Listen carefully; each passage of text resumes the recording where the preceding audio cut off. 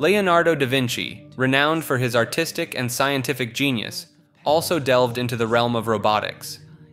Around 1495, he designed and possibly constructed a humanoid automaton known as Leonardo's robot, or mechanical knight. The robot's design notes were rediscovered in the 1950s, centuries after its alleged display at a celebration in Milan, hosted by Ludovico Sforza. According to these notes, the robotic knight could perform various human-like movements, such as standing, sitting, raising its visor, and independently maneuvering its arms.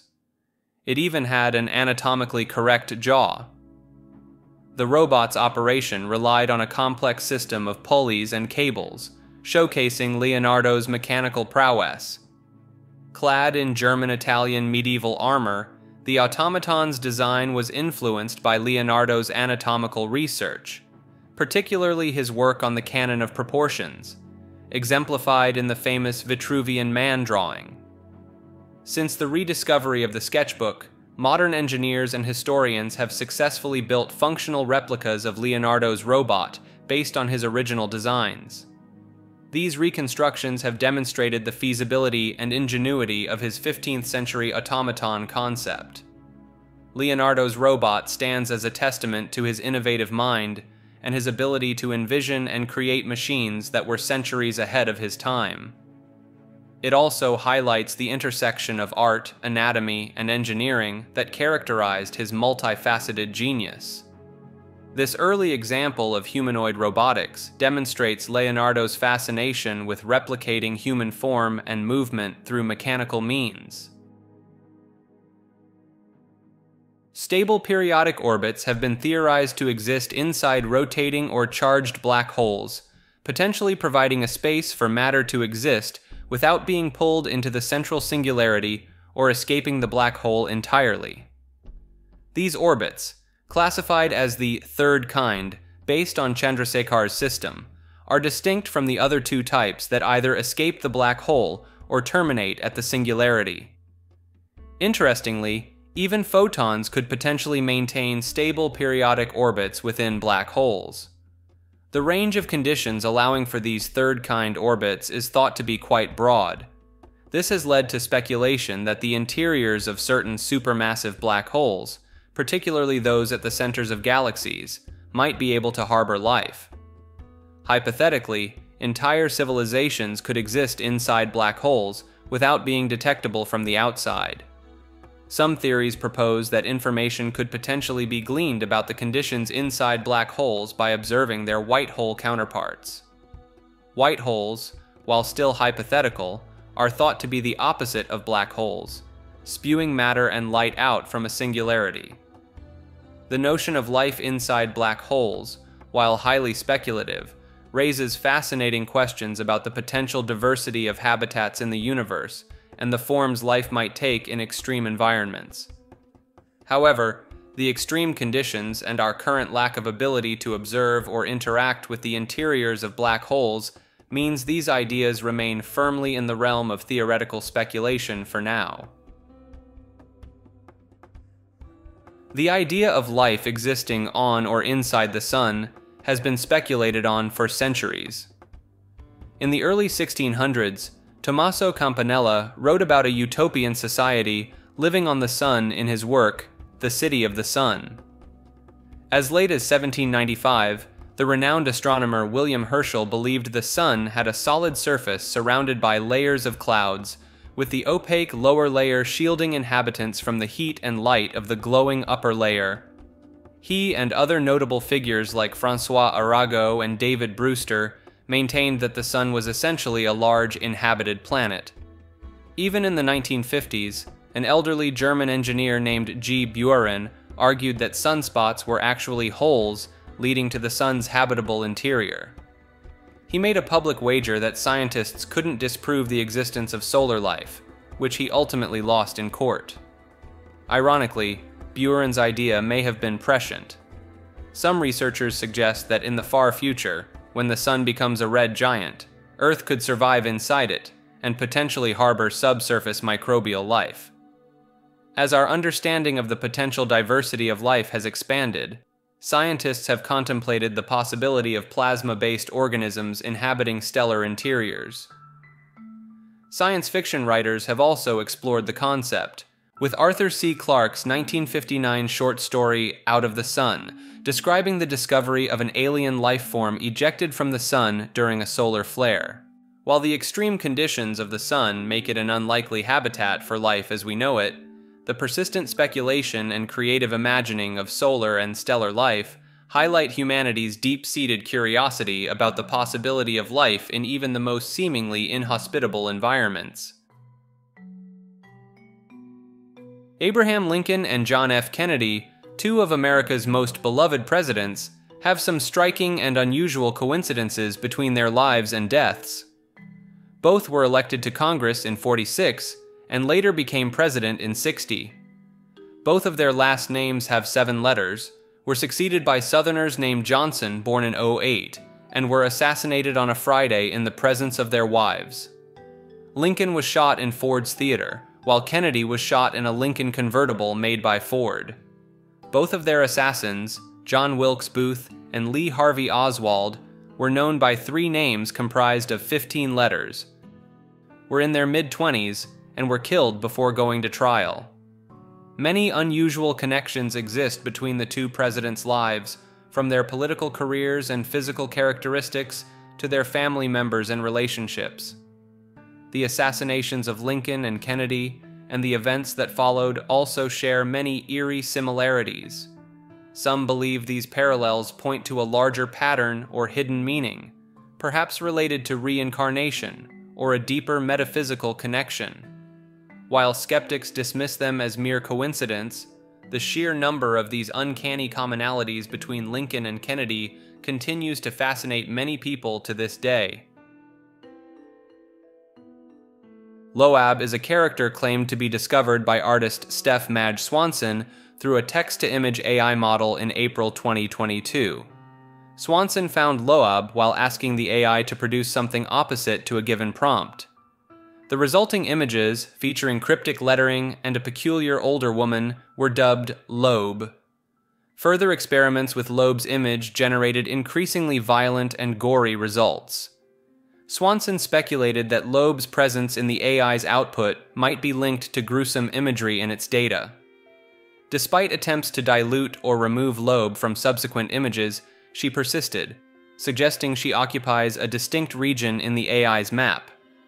The software used to create LOAB remains undisclosed. Dubbed the first AI-generated cryptid, LOAB has garnered viral attention. Swanson clarified that while LOAB isn't actually haunted, the mythos surrounding her has flourished. With other artists creating more LOAB images, she has become a fixture in internet culture. Debates have arisen about whether LOAB's existence is a quirk of AI or a fabricated narrative. Some critics argue against stigmatizing disabilities, as one iteration of LOAB features a woman with rosacea. Others view LOAB as a new form of expression, questioning the boundaries of AI and human creativity. Experts weigh in, suggesting LOAB's emergence highlights the limitations of AI models and the potential for urban legends to form around innocuous outputs. Some liken LOAB to a concept rather than a person, while others predict similar phenomena in linguistic AI spaces. Researchers at ICFO have achieved a significant milestone in quantum teleportation, successfully transferring quantum information from a photon to a solid-state qubit over a distance of 1 kilometer. This breakthrough was made possible by using a novel approach involving multiplexed quantum memories. Quantum teleportation allows the transfer of quantum information between 2 distant quantum objects without physically sending the information through a communication channel.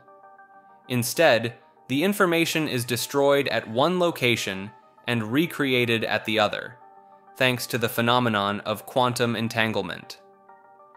In this experiment, the researchers created 2 entangled photons at the sender's location, called Alice.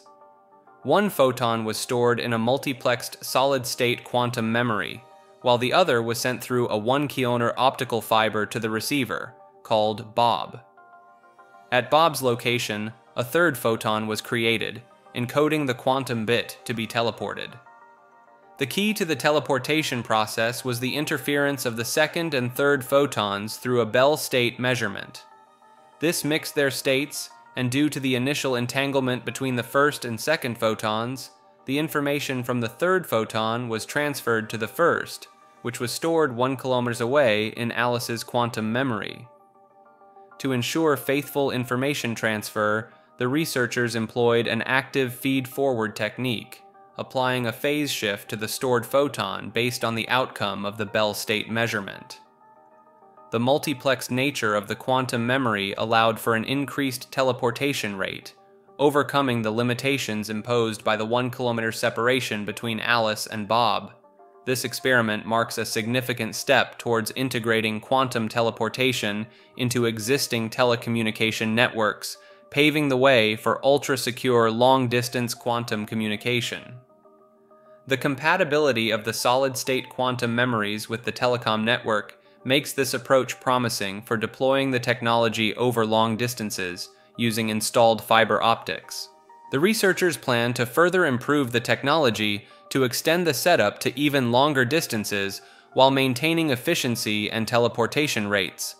They also aim to explore the transfer of information between different types of quantum nodes, contributing to the development of a future quantum internet capable of distributing and processing quantum information between remote parties. Longinus is the name given to the unnamed Roman soldier who, according to Christian tradition, pierced Jesus' side with a lance during the crucifixion. This act is said to have created the last of the 5 holy wounds of Christ. While not named in the canonical Gospels, Longinus first appears in the apocryphal Gospel of Nicodemus. Over time, legends surrounding Longinus grew, with some versions identifying him as the centurion who declared Jesus to be the Son of God at the crucifixion, making him one of the first Christian converts. An early tradition claims Longinus suffered for piercing Jesus, being condemned to a cave where a lion would maul him nightly until dawn, only for his body to heal and the cycle to repeat endlessly. Later traditions transformed him into a Christian saint venerated in the Roman Catholic, Eastern Orthodox, and Armenian Apostolic churches. Longinus's story often includes the detail that he was blind or visually impaired, and that Jesus' blood healed his affliction, leading to his conversion. His body is said to have been lost and recovered multiple times, with relics distributed to various locations. In Brazil, Longinus is known as São Longuinho, and is believed to help find missing objects. Folkloric tales attribute this to his short stature, which allegedly allowed him to easily see beneath tables at crowded parties and return dropped items. Some Brazilian spiritual traditions even claim that Longinus was reincarnated as Pedro II, the last Brazilian emperor. The spear used by Longinus, known as the Holy Lance or the Spear of Destiny, has become a significant relic in its own right, often associated with the legends of the Holy Grail. The Longyou Caves, also known as the Xiaonanhai Stone Chambers, are a group of 24 man-made sandstone caverns located in Longyou County, Zhejiang Province, China. Despite being over 2,000 years old, they were not mentioned in any historical records, and were only rediscovered by local farmers in 1992 when they drained water from 5 small ponds, revealing the hidden caverns underneath. These caves are remarkably large for being artificially created, with an average floor area of over 1,000 square meters per cave and heights reaching up to 30 meters. The total area covered by the caves exceeds 30,000 square meters. One of the most striking features of the Longyou Caves is the consistent pattern of parallel chisel marks on the ceilings, walls, and pillars. These marks, set at a 60-degree angle, cover the surfaces in a series of 60-centimeter wide bands, showcasing the incredible precision and uniformity of the ancient craftsman's work. Estimates suggest that the construction of the caves would have required the removal of 1 million cubic meters of rock, a task that would take 1,000 people working day and night for 6 years to complete. Despite their proximity and similar appearance to each other, the caves maintain their structural integrity and do not interconnect, adding to the mystery surrounding their purpose and construction. About 200 kilometers away, the Huashan Grottos bear some resemblance to the Longyou Caves, but are believed to have been built much later during the Ming Dynasty, between 1552 and 1667 AD. The Longyou Caves remain an enigma, with their purpose, creators, and methods of construction still largely unknown. Their rediscovery has sparked fascination and curiosity about the ancient civilization responsible for these impressive underground structures. On April 24, 1964, Socorro police officer Lonnie Zamora reported a strange encounter near Socorro, New Mexico. While pursuing a speeding car, Zamora claimed to have heard a roar and seen a flame in the sky, leading him to abandon the chase and investigate what he thought might be a dynamite shack explosion. Upon arriving at the scene, Zamora allegedly observed a shiny, oval-shaped object about 150 to 200 yards away, which he initially mistook for an overturned white car. He described the object as being made of a whitish, aluminum-like material and shaped like the letter O. Zamora also claimed to have briefly seen two people in white coveralls standing beside the object, whom he described as either small adults or large children. Moments later, he heard another roar and saw a blue and orange flame beneath the object, which then rose and quickly moved away. The incident was investigated by the U.S. Air Force's Project Blue Book and various ufologists, garnering significant attention from the media and UFO organizations. While the case remains listed as unknown by Project Blue Book, several conventional explanations have been proposed. Some skeptics suggest that Zamora may have witnessed a mirage of the star Canopus, or the testing of a lunar landing device by personnel from the nearby White Sands missile range. Others believe the incident was a hoax perpetrated by students from the New Mexico Tech, possibly as a means to increase tourism in the area. In the years following the incident, efforts were made to develop the site of the alleged UFO encounter into a tourist attraction, with the construction of walkways and benches near the supposed landing site. The city of Socorro also commissioned a mural in 2012 to commemorate Zamora's reported sighting. Zamora himself grew tired of the attention surrounding the incident and eventually avoided both ufologists and the Air Force. He passed away in 2009 at the age of 76, leaving behind a lasting legacy in the annals of UFO lore. Kinich Janab Pakal, also known as Pakal the Great, was a Mayan ruler who governed the city-state of Palenque from 615 to 683 AD. While historical records depict him as a successful leader who brought prosperity and peace to his people, some unconventional theories suggest he may have been more than an ordinary Mayan king. The most intriguing piece of evidence fueling these theories is the design of Pakal's elaborately carved sarcophagus lid, discovered in 1952 inside the Temple of Inscriptions. The intricate artwork appears to show Pakal seated in a reclining position, hands on some type of controls, with a machine-like apparatus surrounding him. Some interpret this as Pakal piloting a spaceship, complete with a breathing apparatus and a propulsion system emitting flames.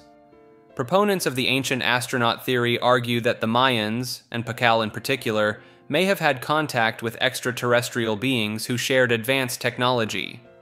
They point to Mayan mythology, which speaks of gods descending from the heavens to impart knowledge, as potential evidence of alien visitation.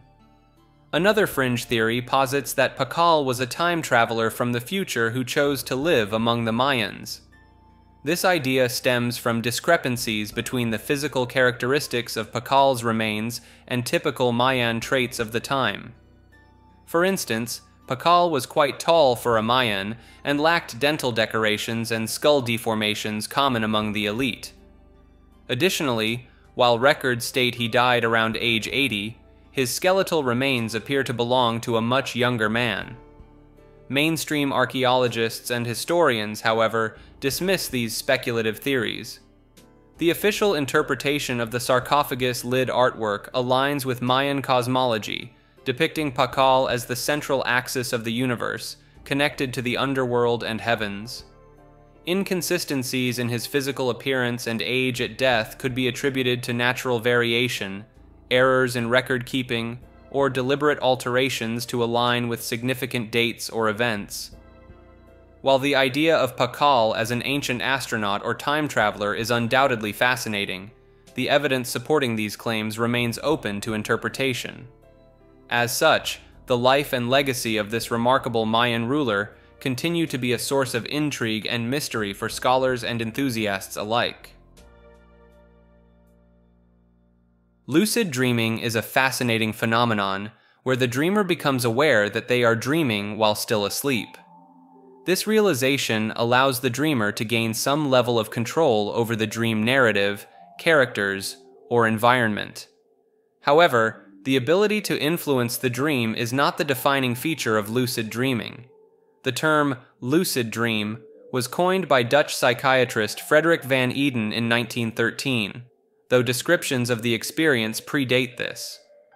Prominent figures throughout history have explored lucid dreaming, seeking to better understand its causes and potential applications. Lucid dreaming is a learnable cognitive skill, distinct from other dream states such as vivid or pre-lucid dreams. Studies have shown that around 55% of people have experienced at least one lucid dream in their lifetime, with 23% reporting regular occurrences. Research has revealed that lucid dreams typically occur during the rapid eye movement, REM, stage of sleep. Increased activity in the prefrontal cortex, parietal lobes, and other brain regions associated with higher cognitive functions has been observed during lucid dreaming. The practice has been explored as a potential tool for treating nightmares, with studies suggesting that lucid dreaming therapy can help reduce nightmare frequency and alleviate their impact on waking life. Some individuals have also reported using lucid dreams to enhance creativity, problem-solving, and skill development. While lucid dreaming is generally considered safe, a small percentage of people may experience sleep paralysis, which can be confused with lucid dreaming, but is a separate phenomenon involving temporary paralysis upon waking. Long-term risks have not been extensively studied, though many individuals report lucid dreaming for years without adverse effects. As research continues, scientists are exploring the potential applications of lucid dreaming in fields such as psychology, neuroscience, and personal development. The ability to communicate with lucid dreamers in real time has opened up new avenues for studying consciousness and the dream state.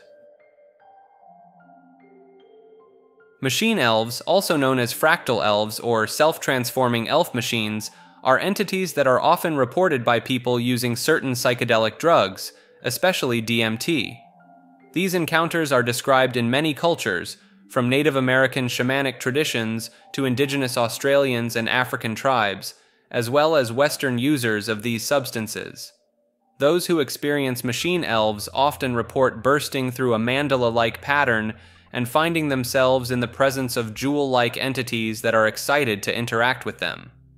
These entities are said to vibrate, jump into and out of the person's body, and create objects with their voices by singing them into existence.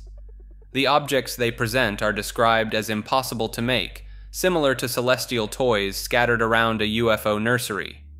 The machine elves encourage the person to do the same, urging them to sing and create visions. After a short while, the entities begin to move away, often waving goodbye and saying, "Déjà vu." Some researchers, like Terence McKenna and Dr. Rick Strassman, believe that the sense of reality in these experiences is distinct from ordinary hallucinations, suggesting that perhaps alternate dimensions or the physics of many worlds are involved.